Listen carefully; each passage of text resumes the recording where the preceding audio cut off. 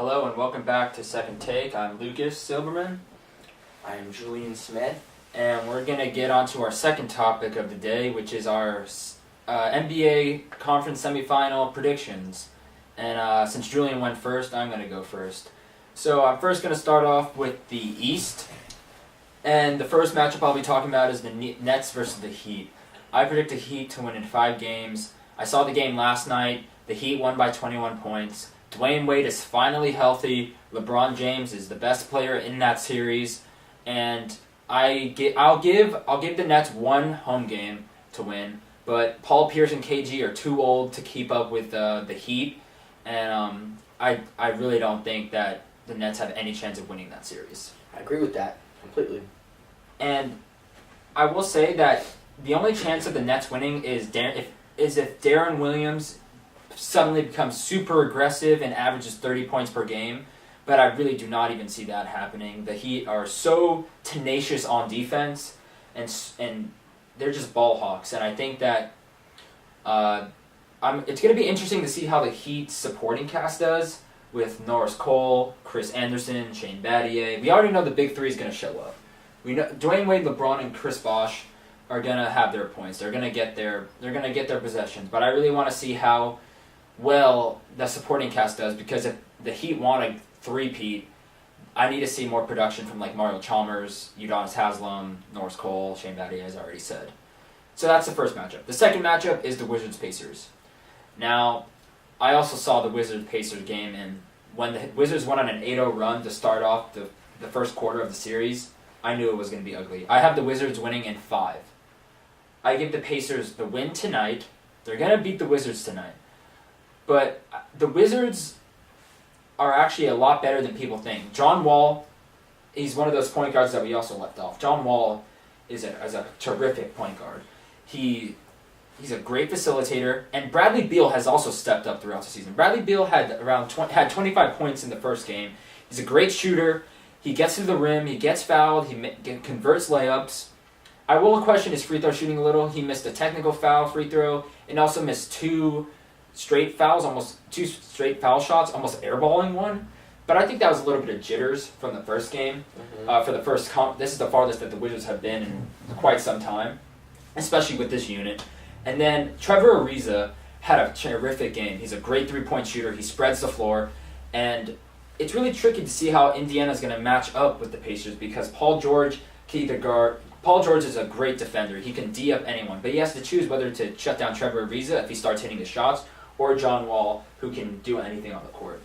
And then Nene and Marcin Gortat are playing so much better than Roy Hibbert and David West. I'll give David West is playing fantastic, but when you have Roy Hibbert as your center, and the way he's producing right now, which is virtually nothing, it's very hard to win. I agree with what you said about Roy Hibbert, and the Wizards.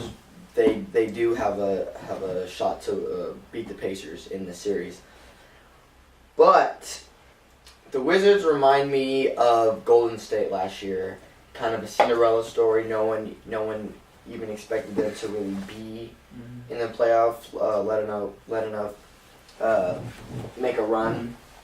But John Wall has been producing, yes. Roy Hibbert has not been producing. I feel, though, that Roy Hibbert has suffered, all these, all the comments just tearing him apart, bringing him down. I feel like... Don't say the Pacers are I feel like everything that has been said about Roy Hibbert, I feel like Roy Hibbert will step up in these next few games. He played 18 minutes, 0 points, yes, 0 rebounds, 1 assist, and 5 fouls. Exactly. This guy's confidence is gone. But Roy Hibbert is still an all-star at heart, and he has had a pretty good season up to around this point. I see everything that has been said about him. I feel like that will give him motivation to step up, to do well, to produce, to rebound, to do all the things that he's being torn apart about. I have the Pacers winning in 6 games. 4-2. Do you know? Yes. Do you know how good the Wizards are on the road? They've won the first 4 straight road playoff games. Only 2 other coaches, and also Randy Whitman is a fantastic coach. Frank Vogel's a very good coach too, but Randy Whitman is actually one of the up-and-coming best coaches in the league. He's only one of 3 players or 3 coaches to win their first 4 road playoff games. That doesn't happen. They dismantled the Chicago Bulls in 5 games, and the way they're playing, they had such a balanced scoring. I think their highest scoring player was Bradley Beal, who had 25. And while they need more, and also their bench production is not that good. Drew Gooden actually had a decent game. He had about 13 points and 13 rebounds. And a lot of those points were through offensive rebounds. Also, the Pacers are bigger. They're about the same size, but I still give Roy Hibbert and David West a little bit of a height advantage than Nene and Marcin Gortat. But they were out-rebounded 53-35. 18 plus 18. How do you expect? And that was and Roy Hibbert had 0 rebounds again. Yes. Like there's absolutely no chance they're winning. There is absolutely no chance. I feel like they will step up in these next few games. George Hill? Who do you expect to step? Paul George. I feel like Paul George is the best player in the series. He's been doing whatever he can. He had a decent first game. He can step up too. There is room for because they all really have suffered a backlash, but with Bynum is gone now. Maybe Bynum was some. I think it's some role. I think it's too late. And wait till the off season. Get your stuff. Get it together. With Nene healthy as well, I think the Wizards, with John Wall, Bradley Beal, Marcin Gortat, Trevor Ariza, Nene, and even their supporting cast with Andre Miller, Drew Gooden, Martell Webster, they arguably are the 3rd best team in the East, and with the way the Pacers are playing, probably the 2nd. I see the Heat and Wizards in the conference finals, and it actually being sort of competitive. I still have the Heat beating the Wizards, but I mean, I don't see the front court. The front court for the Wizards is a difference. Okay, let's go to the West. Let's go to the West. The West is a little bit better, or it's harder, but start with Thunder. I'm going to start Clippers Thunder. It's going to come down to the final possession in Game 7. It's going to be the Clippers ball. Blake Griffin. This exact play. Blake Griffin's going to get the ball. Yeah. On the post or on the wing, around free throw line extended. Okay. He's going to go in for a layup, do an acrobatic stunt, flop, and get the foul call. He'll make the 2 free throws, and that'll probably be the game. CB3. How can you predict that? Because the amount of foul calls the Clippers get through Chris Paul, Blake Griffin, DeAndre Jordan's actually sort of hitting his free throws in the playoffs, which is unbelievable. I can't believe he actually is hitting. He's also a great defender. He's doing better. He's not hitting them all. He's not hitting them all, but I mean, he's hit enough to beat the Warriors.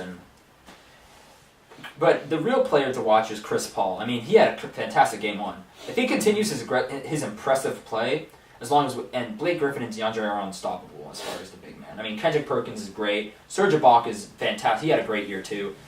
I just don't see.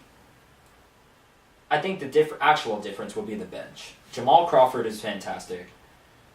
You got Darren Jamal Collison. Crawford was arguably the X factor in. Darren Collison's fantastic as well. Danny Granger has his moments. Glenn Big Baby Davis will go into the game and create chaos like he always does. And I think the Clippers win in 7. The only chance I'll give Oklahoma City is if Reggie Jackson steps up off the bench, and if KD and Westbrook average 25 a game, I give him a chance. I know I'll give KD his credit. He will have he'll probably average over 30 points a game, but I think that the balanced scoring as well as Chris Paul and Blake Griffin just running the show and their aggressiveness will come down to them making it to the conference. And also they have the momentum. Doc Rivers is a better coach than Scott Brooks, clearly. And with all the controversy that has been happening with the Clippers, they have that sort of fire, that extra incentive to win, that I think that'll be the difference. I agree with that. I have the Clippers winning in 6 games. Oh, wow. In 6 games, yes. I feel like Thunder will win tonight on their home floor. I feel like... Not playing tonight. Or tomorrow night. Tomorrow night. I feel like Kevin Durant winning MVP, raising that trophy in front of that home crowd, getting them all pumped up, everything he said about the emotional speech he gave about Westbrook. I feel like all that stuff together, they will use that as motivation and they will win this next game. I do not see that rolling over to these next games, especially when they play in Los Angeles. I feel like Chris Paul, he has all the pressure on him right now. No one has been really saying it, but this is very important for how Chris Paul will go down as one of the best point guards in NBA history. The way he gets through this playoff series, if he's able to make it to the conference finals, this is very important for him. Doc Rivers, been here before, great coach. He knows he's not faded by the pressure. I don't think there's a doubt in his mind that they can't win this series in 6, maybe even in 5. I think they split. I think both teams split the first 4, their home games. I think Oklahoma City wins their next home game. Mm-hmm. They go to LA. It doesn't matter who. I think the Thunder could actually win that first game in Los Angeles, and then the Clippers have a lot of pressure on them, and they'll actually show up in the game 4, and then it just becomes splitting the last 2. And I give Oklahoma City an advantage because it's going to be in Oklahoma City. It's going to be packed. It's going to be loud. The momentum is going to be on the Thunder. But I just feel that Chris Paul and Blake Griffin and the supporting cast are just way too much for Oklahoma City to handle. The Oklahoma City Thunder have virtually no bench besides Reggie Jackson. I mean, and the Clippers have Jamal Crawford, who man. was an X factor in the last game. I feel like the only reason that they beat the Warriors in the last series was because of Jamal Crawford. For him stepping up, taking those big shots. Of course the Warriors. Of course the Warriors didn't have Bogey. DeAndre Jordan and Blake Griffin were unstoppable. But I really saw Jamal Crawford as the reason why they won. And then I agree. I mean, I'll give them Game 7. You have them in Game 6. I mean, either way, we both think the Clippers are gonna make it to the conference finals. And then last, Trailblazers Spurs. I have the Spurs winning in 6. The Spurs look pretty good right now. Yeah. Not gonna lie. Mm-hmm. I have them winning in 6. Tony Parker, Manu, Duncan. I don't know how they do it. They're all over 35 about. Their bench is actually Kawhi Leonard, Danny Green, Patty Mills. Kawhi Leonard had a huge game last night. I'll give Portland a couple of home games. I'll give Portland a couple of home games. But in the end, I think the Spurs are too efficient on offense. I feel like last night gave them a huge confidence. It's kind of funny though, like Tony Parker and Duncan. It's kind of like a mirror image of Damian Lillard and LaMarcus Aldridge. I mean, LaMarcus Aldridge and Tim Duncan are both great mid-range shooters. Damian Lillard and Tony Parker are great facilitators, and they run their team very well. And I actually do. I like the Trailblazers supporting cast better than the Spurs. I think Wesley Matthews is fantastic. Nicholas Batum, when he gets a shot, is great. Robin Lopez is pretty solid defender, and he gets a lot of rebounds.